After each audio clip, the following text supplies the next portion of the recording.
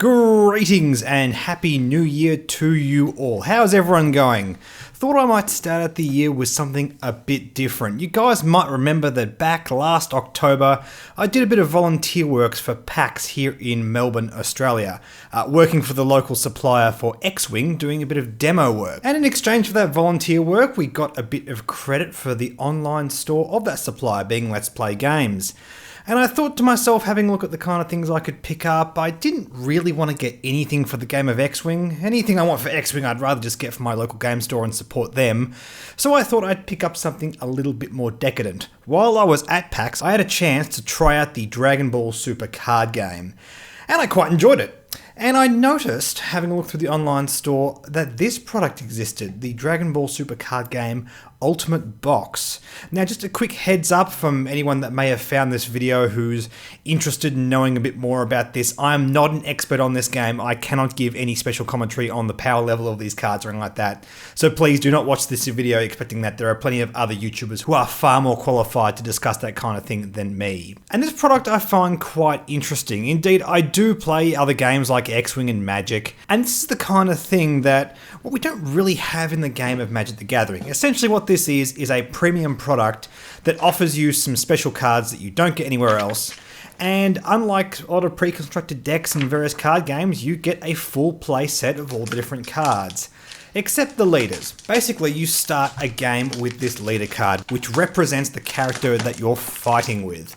Kinda similar to a commander in Magic the Gathering. There are, of course, a lot of differences between this and the commander format in Magic. However, there is one big similarity in that you can always rely on that card being present, and you only need one copy of it, which is always a really good thing. And just like in Magic, there are 5 colours in this game. In this box, you get 5 of those different leaders, represented by these hollow foil cards here on the top. Also, this other packet of tokens. Tokens being something that has not existed before in this game. So as you can see, as we crack these open, we have Explosive Power, Kefla, and 1 copy of each of these premium cards in foil. Also behind all of these is another 3 copies of each, so you get your full play set. You don't have to source extra copies of this box. You have everything you need to deck build with these right out of the box, which is really cool actually. I don't really know what this does for the value of these cards. I kind of get the impression, considering we get a playset in each of these boxes, that they're probably not going to be worth all that much, even if they are highly sought after, because most people that want them will just buy one of these boxes. But it is cool nonetheless. I think focusing more on playability rather than the secondary market is very important. And it's very good for the health of a game, getting a lot of important cards into the hands of the players. Now, I am saying this without a lot of knowledge of these cards. Obviously, I don't know much about the standard game, what kind of cards are sought after. I just like this idea as a product approach, and I wish something like this would exist in Magic the Gathering, but unfortunately in Magic, we pretty much have booster packets and some pre-constructed decks, which usually don't include a lot of value. That's just kind of how it is. And yeah, as somebody who's looking to get into this game just casually, having a look from the outside, I thought this is a kind of fun product to have. And more to the point, I gotta say, the card quality on these are absolutely awesome, and the artwork is absolutely beautiful. If nothing else, as a fan of the show, I really dig having these.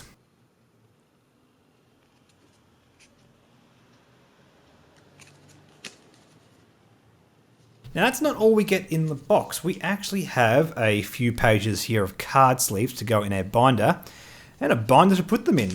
Now this is interesting. There are a few different companies that make binders similar to this, made of cardboard with artwork on them.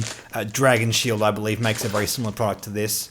And I'm never too sure how to feel about these. I have a few card binders myself that use the sort of squidgy hard plastic covers. Well, this is printed on cardboard. And cardboard, I'm not so confident about just throwing into a bag and taking to a local game store. I'm not really sure about the durability of it. However, all of that aside, this is absolutely the most gorgeous game binder I've ever seen. The foiling, the artwork is just really good. I don't know how well the camera shows it off. I will try to color correct this as best I can, but these colors are so vibrant, so vivid. The printing is such high quality, and it's a nice include here. Also, just in terms of the quality of the binder overall, apart from the fact it's made of cardboard, we do have a nice sturdy set of rings here. I'm pretty confident these aren't going to break anytime soon. And if nothing else, this means for the small collection of Dragon Ball Super cards I have now, I don't really have to go out and buy another binder. Also, in terms of storing cards, it's not really feasible with most card games to just chuck them all in a binder. Usually you need some kind of way of storing all the bulk cards you have as well.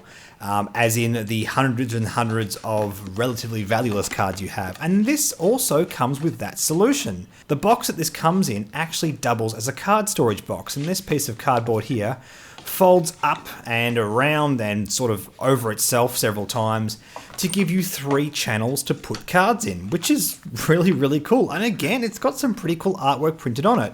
I generally get this impression whenever I buy any sort of hobby product from Japan that they really think things through and make sure you get really strong storage options. We got the backs of Vegeta, Goku, and Jiren here, and that just looks really awesome.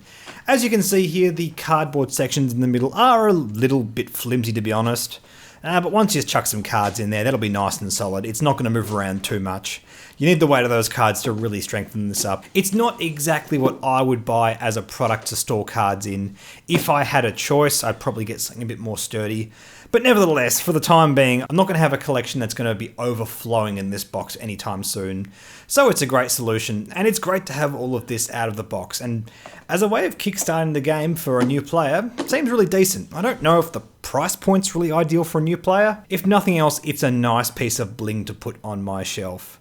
Thanks for watching, guys. In the comment section, if any of you happen to play this game, let me know. I'm keen to learn as much as I can about it. This is something a bit different for this channel. Usually I talk about things that I know quite a lot about because I've played them a lot more. But if you guys are interested in something I'm learning for the first time, let me know and I will be more than happy to keep talking about this. In the meantime, do not forget to like and subscribe. Like me on Facebook, follow me on Twitter and Reddit. Please consider supporting my Patreon. Thank you so much to all of my existing patrons. I hope you guys get a bit of a kick out of this. I'll catch you guys in the next video.